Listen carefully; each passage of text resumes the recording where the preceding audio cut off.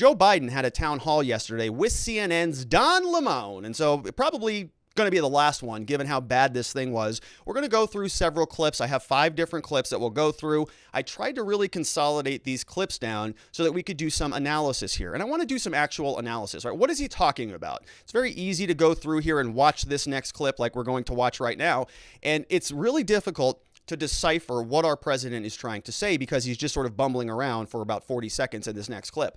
And that pattern sort of continued to show itself as the night progressed. And so as I've been saying here, one of the fundamental responsibilities of the presidency is to communicate your message. It's to rally your base. It's to be the effective advocate for moving policy forward one way or the other in this country. And so we have to ask ourselves, right? Of course, it's easy to sit here and make fun of Joe Biden, call him Dementia Joe, and kind of feel sorry for the guy, actually. But he's elected for a job, right? He's got a responsibility to this country.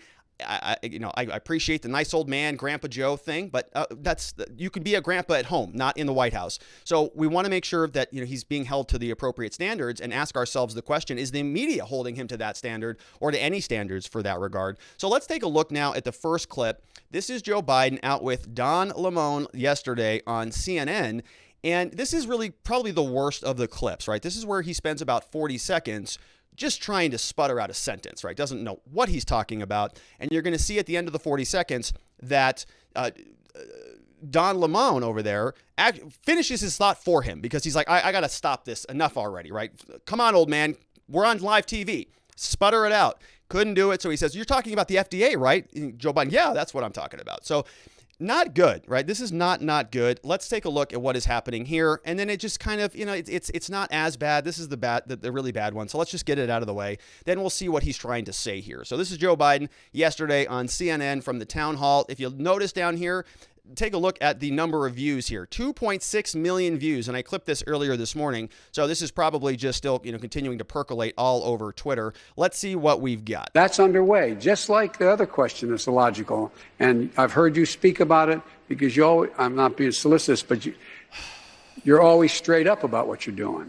And the question is whether or not we should be in a position where you why can't the experts say we know that this virus is in fact it's going to be, or excuse me, we know why all the drugs approved are not temporarily approved but permanently approved. Yeah. That's underway too. I expect that to occur quickly. Well, that means you mean for the FDA? For the FDA, yeah. That's underway. All right, so I can understand the perspective that that's just regular stuttering. Give the man a break. Okay, that wasn't stuttering. That was something where he was really struggling to put together a coherent thought.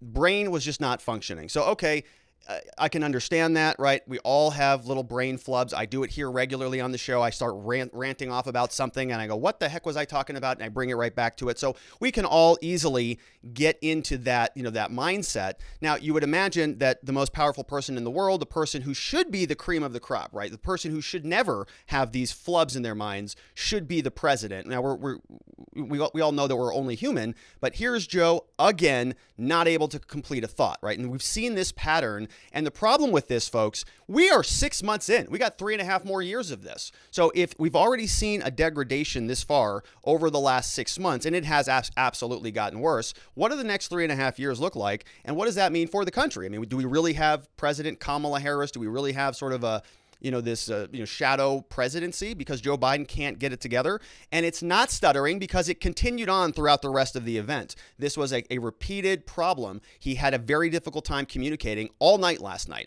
We could play the whole thing and we could comment on the whole thing, but we're not going to do that. So in that first clip, nothing even to analyze there. He says something about being solicitous and making sure that these are going to go from experimental to non-experimental. Okay, all right, we got that, Joe. Let's listen to this next clip because we spent a lot of time here talking about inflation.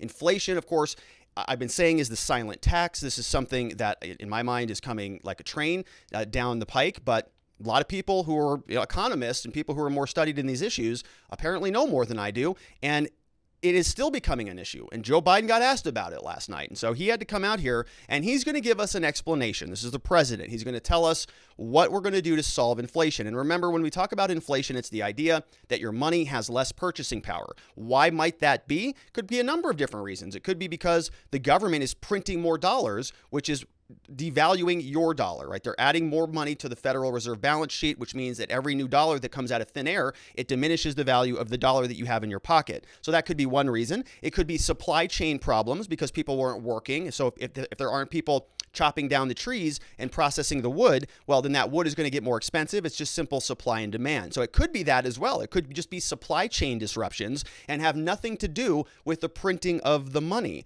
But we really don't know yet. And so we're having different economists and different professionals come out and try to decipher that for us, frame it out a little bit. Joe Biden, we have an answer from him about what inflation means and how this works. And you're going to see he's very much the supply interruption mindset. He's saying he's somebody who says that this is all just temporary. It's because the workers weren't working and we're going to get them working again by printing all of that money. And then once we print all of that money to pay the workers, then they're going to go back to work. And because it's going to balance out the supply chain, then we're not going to have any supply and demand problems. So those prices are going to come back down. Well, the problem with that line of thinking, obviously, is all that's well and good, but what happens to all that extra money that you printed to pay the workers in the first place? That's called inflation. You were inflating the money supply because they were not working because the government shut them down. You had to pay them to go back to work, and the cycle continues on and on. So it doesn't make much sense to me. This is Joe Biden explaining it, though. Maybe my explanation was subpar. Maybe the president of the United States can explain it better, given the fact that he is the president of the United States. Here is Joe Biden talking about inflation. This is about 1 minute and 11 seconds. I think I clipped the full clip, so bear with me. We're going to be listening to Joe tonight. Here he is. You seem pretty confident that inflation is temporary, but if you're pumping all of this money into the economy, couldn't that add to... No, look, here's the deal. Moody's today, when a Wall Street firm, not some liberal think tank, said if we pass the other two things I'm trying to get done, we will, in fact, reduce inflation. Reduce inflation. Okay. Reduce inflation. Okay, because they're three going to times. be providing good opportunities and jobs for people who, in fact, are going to be reinvesting that money back in all the things we're talking about. Driving down prices, not raising prices. What? And so it is, I sincerely mean this. Prices are up now, and they're up for example, you're in a position where you're trying to build a house, try to find 2x4s and lumber. Well, guess what? People stop working cutting lumber. They stopped doing it because the unemployment was so down. Now, all of a sudden, there's this need because people are coming back. And guess what? Instead of paying 10 cents, you're paying 20. You understand what I'm saying? No, we don't. It relates to what, we don't. in fact, is now needed because we're growing. No, we have no idea what you're saying, Joe. That's the problem. We don't get it. So he's saying, again, it's very circular.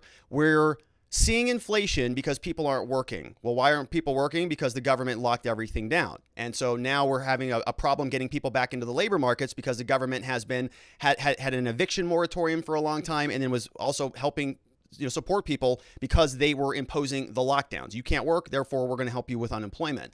And so now he's saying, okay, so that's kind of going to stop, I think, or he's saying all of this money is going to help to rehire the workers. So we're going to print a bunch of it. It's going to rehire a bunch of the workers. They're going to get back into the labor force, which is going to balance out the supply chain problems, right? Yes, there will be people there chopping down the trees and printing out the 2x4s. But what happens next? Okay, so the lumber prices come back down, but we still have an additional several $1 trillion that are added to the monetary supply. So now the supply chain hiccups have balanced themselves out, but we got boatloads of money just floating around. But he doesn't address that. He said, well, the thing, he's doing all that same Joe Biden thing again. And Don Lemon the entire night just lets him get away with it. I don't know what he said there. He didn't say anything that an economist could decipher into something that makes sense because he was just stringing together a bunch of statements, and he did it in a way that, he seemed pretty self-assured of himself. All right. So here is another clip. Now he's going to go through this, right? This is this class warfare stuff that we see a lot of. He says, well, no, this isn't this. That's the next clip. This is the clip which you have to ask yourself, did this really happen? So he's saying that he goes over to the G7. Remember, the G7 just happened. That was over in Europe when they were doing the goofy elbow bumps and, all of that stuff.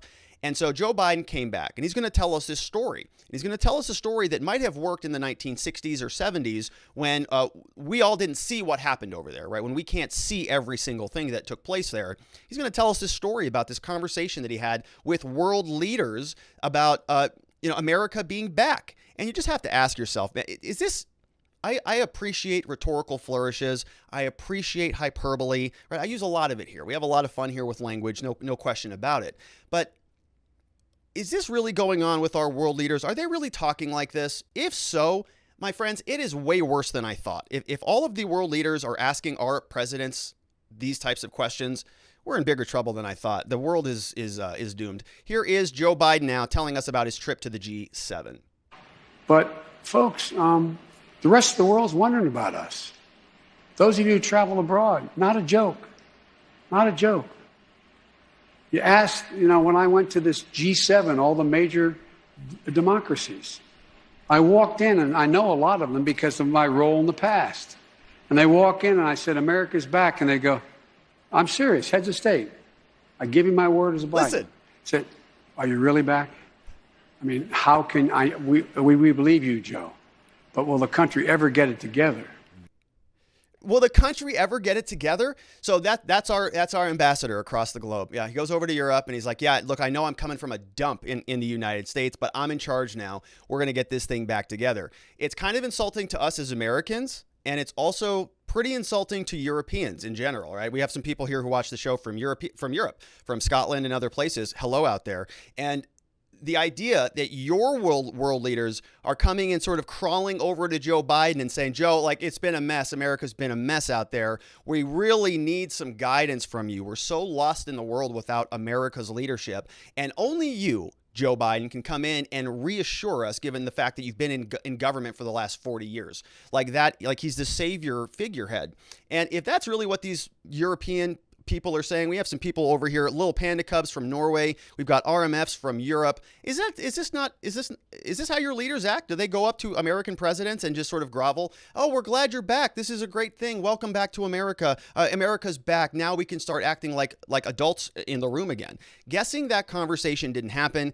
Guessing this is Joe Biden's little rhetorical flourish, and this is not really good executive leadership, is it? Could I be wrong on that? Maybe I'm wrong on that. All right. Well, in the next clip, we're going to see what Joe Biden is doing as the whisperer in chief. Joe Biden yesterday was coming down on the billionaires again, right? We have Jeff Bezos flying up to outer space, same with Richard Branson and many of the others. And we always hear this from a lot of the Democrats. Pay your fair share. Bernie Sanders, the millionaires, the billionaires, and all of that stuff.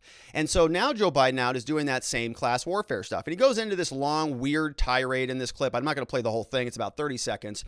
But he goes into this long tirade about the middle class has never done better than the wealthy, than the rich, the upper class. And you just have to what is he even talking about? All right, that's a digression because I didn't include that. So I'm not going to rant about that. Let's see what he says here though about the middle class and billionaires and about taxes. This is Joe Biden, and he's doing the whisper thing. He's doing the pay your fair share. I'm Joe Biden. Pay your share. Strange behavior. Here he is. Ever think of a time, those of you who are economists, who teach here economics, can you think of any time when the middle class did better, the wealthy didn't do really well? I'm not being facetious now. I'm being deadly earnest. Okay, got it. Can you think of any time that's occurred when the middle class does better? I'm tired of trickle down. I come from the corporate state of America. What are you talking about? And by the way, I think you should be able to go out and make $1 billion or $100 million if you have the capacity to do it. But ask one thing. Pay your fair share. Just pay your fair share. All right, so real quick on that. Look at this crowd. Look at all those people there. So we're going to take a second angle look at this. But, man, look at that packed house over there at CNN. Look at those rows just filled end to end. All those people. A lot of enthusiasm there for Uncle Joe. So we'll take a look at that again. But what did Joe say there? Oh, yeah, pay your fair share. Pay your fair share, billionaires. And he was doing it in that, that trademark Joe, signature Joe whisper. So that's fine if he wants to communicate that way. I think the bigger problem that I have with this is his fundamental understanding of economics. So the idea here that we live in a capitalist country, and so we're naturally going to have hierarchies where people work themselves up the hierarchies, and the harder they work, the luckier they are, the bigger silver spoon they had in their mouths, the more they're able to achieve. Necessarily, they're going to typically earn more money, right? So they're going to work their way up the hierarchy until they get to the top. So Joe Biden is saying that somehow the middle class should be wealthier than than the rich people or something like that, which I don't know how that works because I've never gotten a job from a poor person. So in other words, like somebody wouldn't hire me if I was more successful than them, right? I would hire them because I would need their services. So the whole thing is just kind of topsy-turvy. It's backwards. And so Joe Biden is really thinking about this vision where we can have this huge burgeoning middle class that's doing better than I think the rich people are. I don't know. He's just sort of, I think, disconnected from the Pareto principle, 80-20, some of these natural distributions of productivity, of outcome, of ROI off of efforts and labor. And so I don't really know what he's talking about. I mean, if he's talking about one way to do that, one way to sort of increase the middle class at the expense of the rich is to strip the rich of everything and redistribute it to the middle class, right? It's redistribution. That's the only way that you can create that equation. Otherwise, people are going to get what they earn. And naturally speaking, some people are going to be more productive than other people. Sometimes that's a good thing. Sometimes it's not such a good thing. Sometimes people want to prioritize family, right? And raising children and sort of living their lives that way. Other people want to prioritize building penis rocket ships and flying out to space. So it just depends on what you want to do. And that's what's so beautiful about this in America is that we have that hierarchy. Some people are going to rise to the top. Others don't necessarily have to take that journey. The other part of this that was problematic to me is the pay your fair share part. Now, it's problematic to me, not because I don't want the billionaires to pay their fair share. I think that they absolutely should. I think that what we have been seeing with them getting special rules with these loans, that they just pay the interest on the loan and they pay taxes on the interest payments, not on the total amount of the loan, to bypass the income tax requirements, that's problematic. You and I don't have that same benefit, and the government created these incentives. I think from a populist perspective, the government has to create the solution because they're the only ones with the power to do so. So I'm okay with that. But my preference would be, not to make Jeff Bezos pay what I pay. I don't want that. That doesn't help me at all. All it does is take Jeff Bezos's money and puts it in the coffers of the government, which is just going to burn it into nothing. It's useless. So I would prefer that I get to pay Jeff Bezos's rates. Okay. If Biden wants to say pay your fair share, I would love to pay our fair share here, which is what Jeff Bezos pays. Okay. And that's fair. The U.S. government has absolutely taken advantage of the tax base. We get taxed on literally everything everywhere we turn, and it's no longer fair anymore. So don't tell me it's a fair share.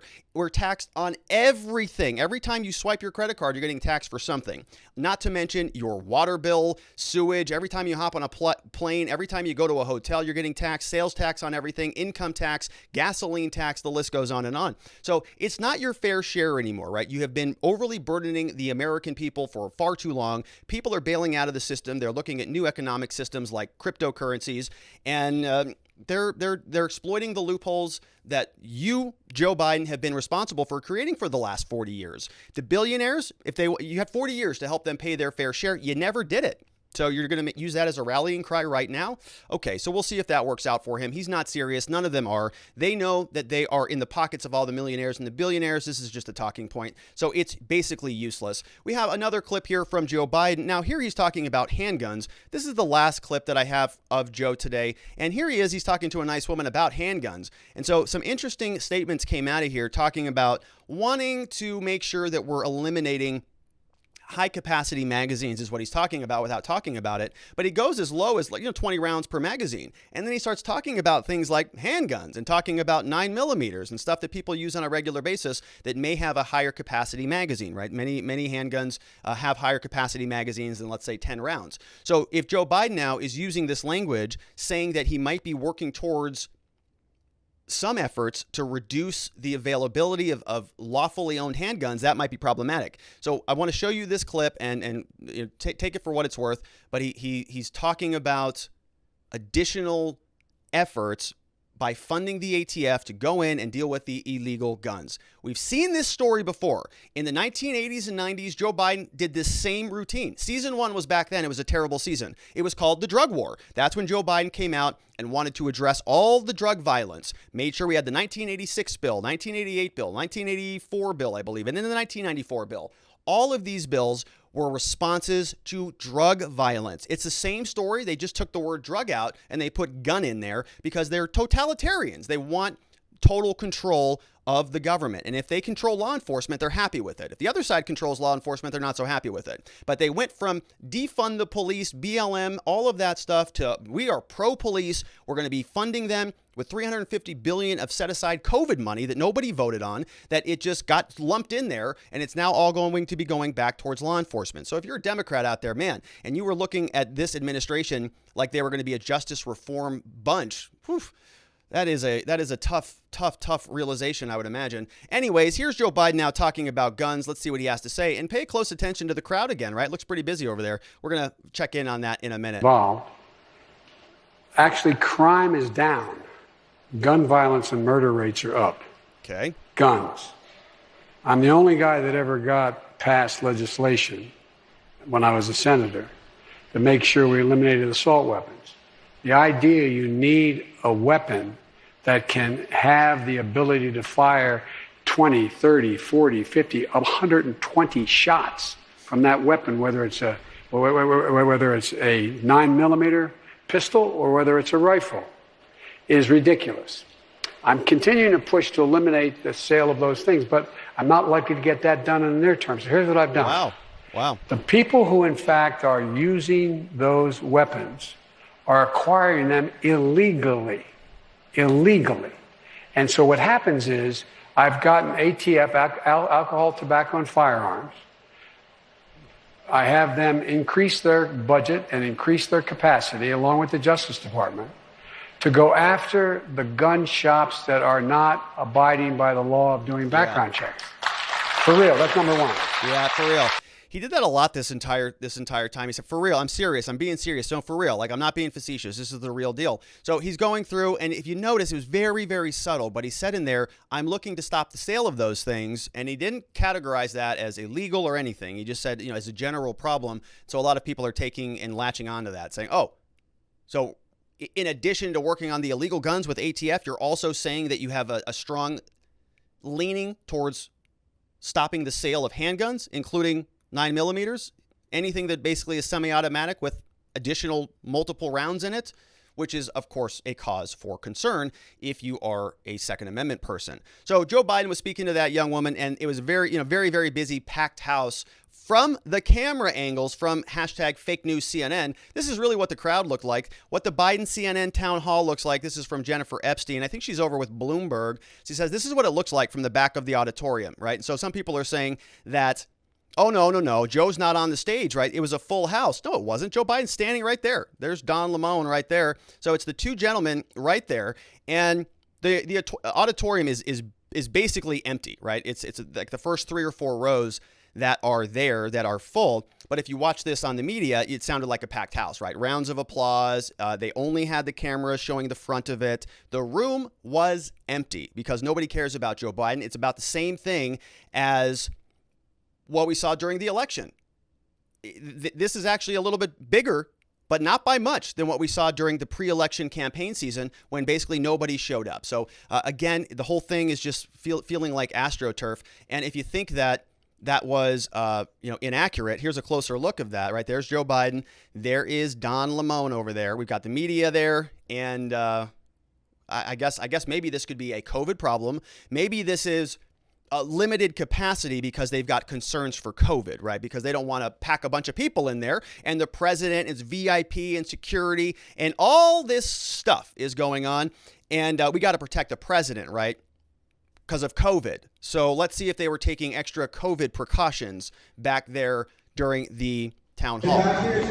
Oh no, look at that. No masks, sitting right close together. Oh, that one has a mask on. No mask, media sitting there. There is nobody there.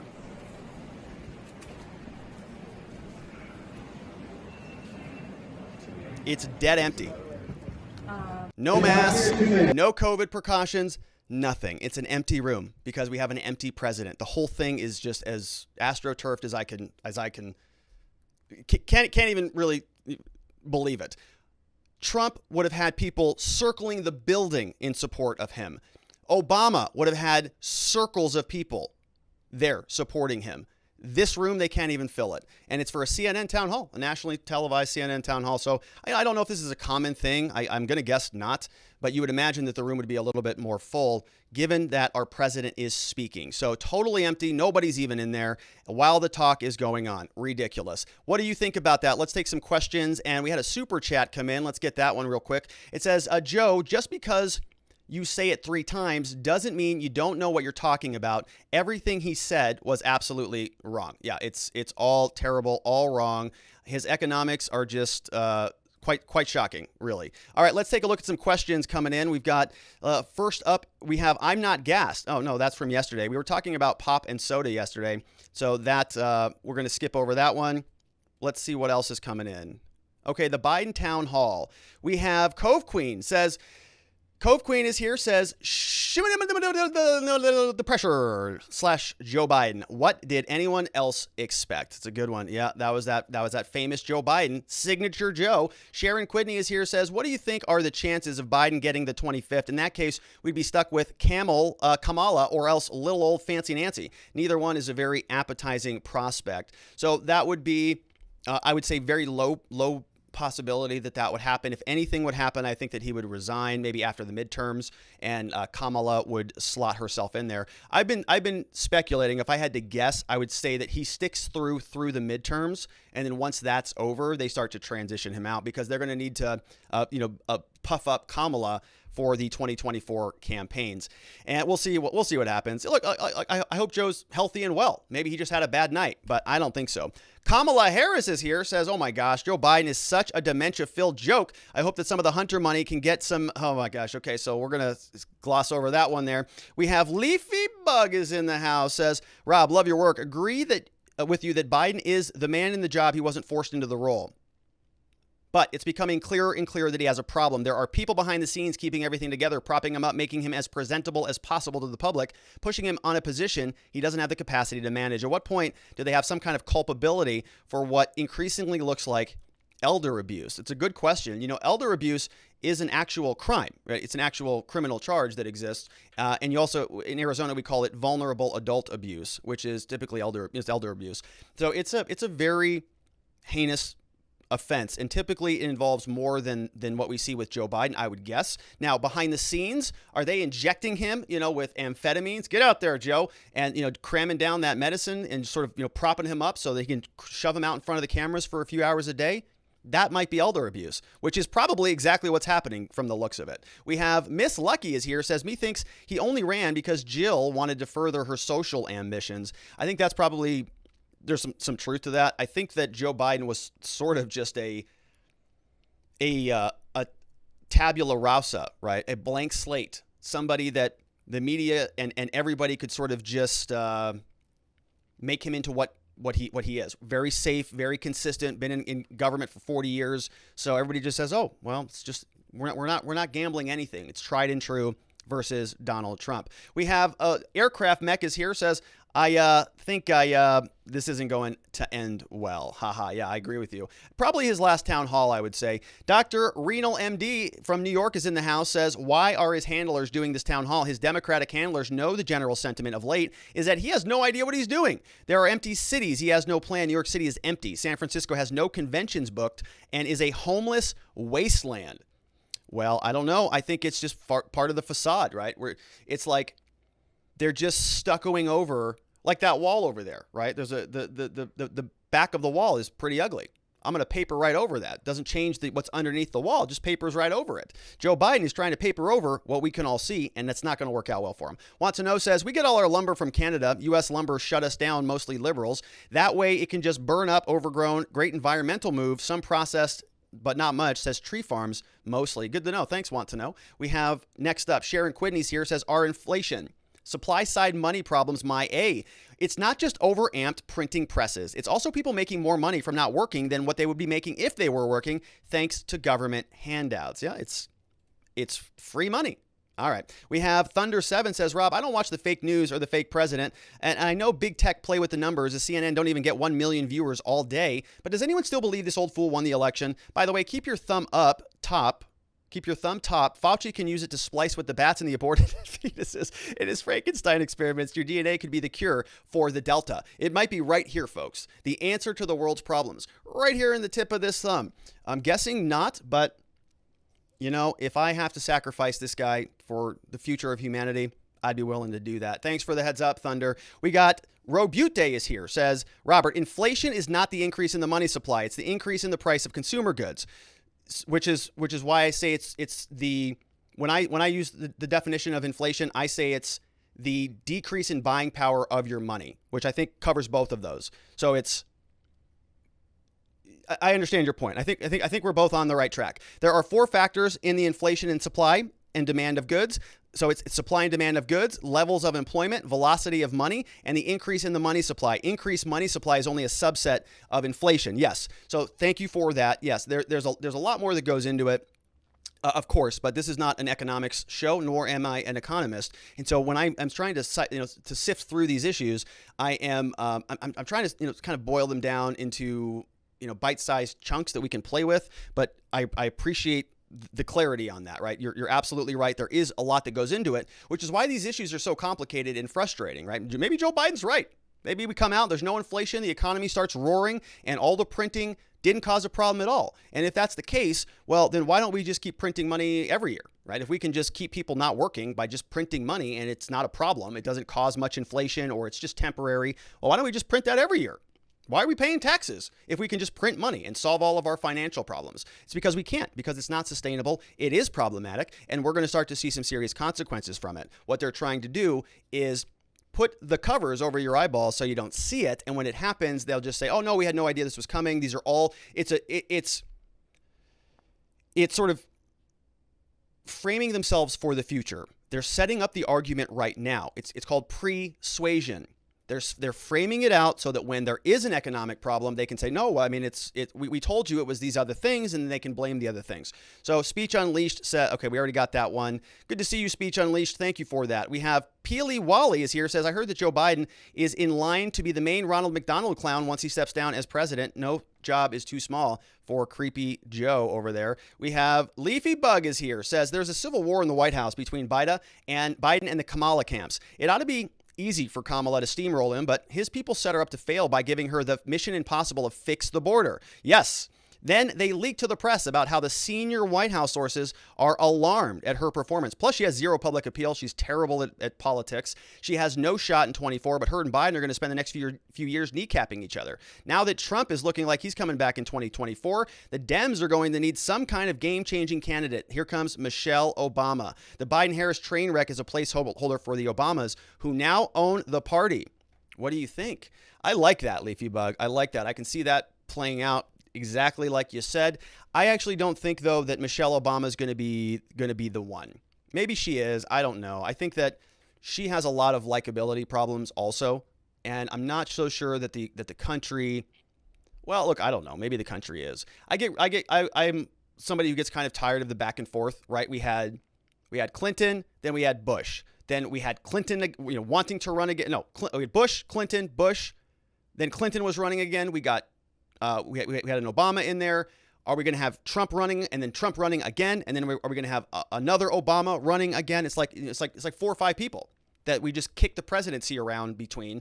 And that's pretty frustrating. Michelle Obama, right? She would be a powerful candidate. I could see her coming in as like this, saving America, riding in on this sled of enthusiasm, this chariot of insanity that you would see from the media, just really excited. And then they could probably ride that up through November and see where that takes them. I like it. I think it's fun to speculate and kind of game that out. Thank you for that, Leafy Bug. Good comment. Let's see what else. We've got Miss Lucky says, Miss Lucky and Sergeant Bob are very pro Second Amendment. Cheers on that one, as am I. Love that. We have Sharon says, crime is down. From what I've heard, crime, especially in Democrat-controlled cities, is through the roof. And you're right. You're right about that. So he's talking about, I think, trends nationally and forgetting all of the Democrat-run cities like Chicago and San Francisco and LA. And Governor Newsom just came out and said, we got to talk about all these thefts and robberies that are taking place.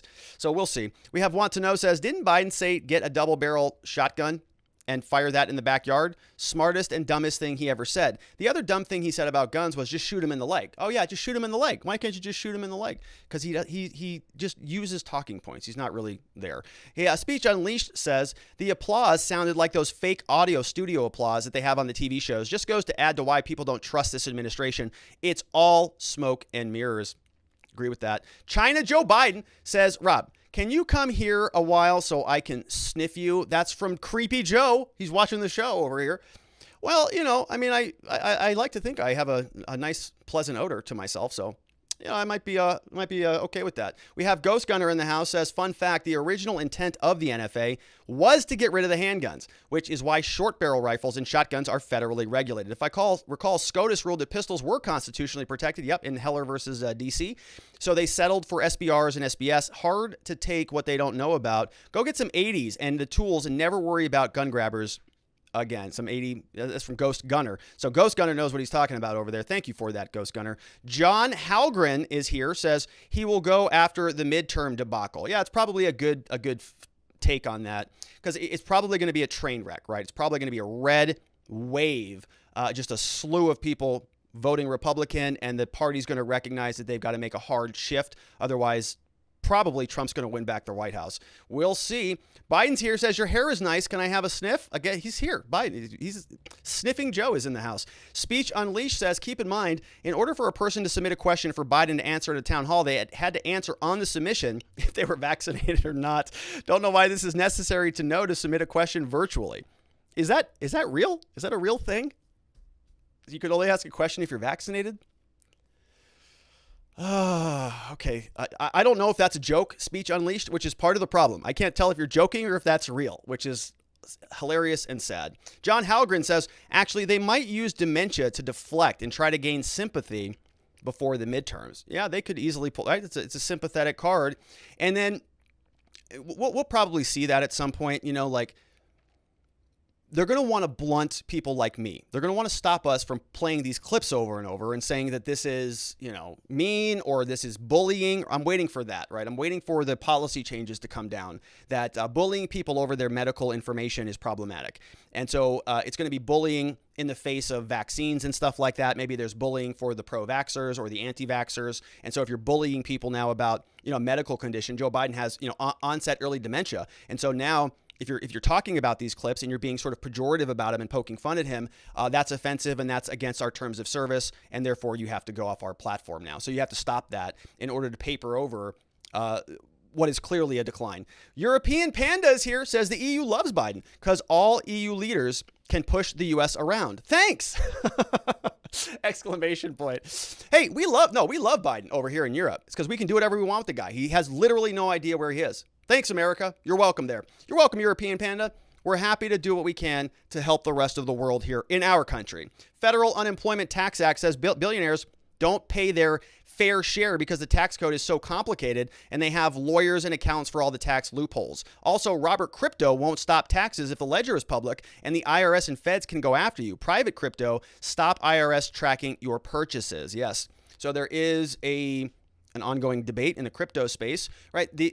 Your money and economics are how they keep you plugged into the system, right? Every single transaction goes through a bank. Everything gets reported. Your income's already reported to the government for most people before it ever even hits your bank account. They see it all. And so they really don't want people to go into a different system where all of these other things are being, managed by decentralized protocols. There is no IRS. They can see all of that. But if you're not somebody who's subject to the United States jurisdiction, if you pick up and you're a digital nomad and you go around the world and park in some other more friendly jurisdiction that is favorable to those laws, there's going to be a lot of capital flight. This is why China's freaking out about Bitcoin. They eliminate all the Bitcoiners out of there. They came out with their own digital yuan, and the US is also working on its central bank digital currency. So all of these things are a response to the flight. People are bailing out of the economic system because they know it is rigged. They know that their dollar is being inflated beyond belief. They know that the government is sort of crumbling all around us, and they want an alternative system. And this is a 10 to 20 year transition, but they're going to stop they're going to stop the bleeding. They're going to try to plug the holes pretty quickly, and we're starting to see that. Elizabeth Warren's talking about this, and many others. All right, so that's a little bit of a crypto convo, but it's a good one. We have Nurse Pandas here says, did you cut your finger? I sliced the top of it right off, and it's not good. I've cut my hands many times, not even a big deal. This one I was like, dang, yeah, that's okay. Yeah, all right, well, that sucks. CNN Pollster Panda says, Kamala Harris is very interesting. Biden sniffing is actually more likable than Kamala's laughing. So those were great questions, all from watchingthewatchers.locals.com. And before we move on, Speech Unleashed says, I was not joking about the vaccine question. Here is the article.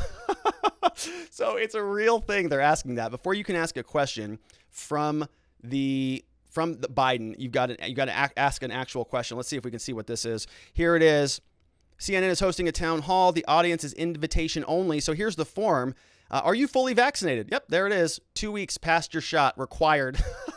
You have to answer that. So what if you put no? What if you put no? Is that vaccine discrimination there from the Biden White House? All right, from CNN. Okay, so all of those questions over from watchingthewatchers.locals.com. Thank you for that. Thank you for the super chat over here from James Rosano. Super chat. It says, thank you, Robert. Stay amazing, my friend. Much love. Much love back to you, James Rosano. Thank you for the support. I really do appreciate that. All right.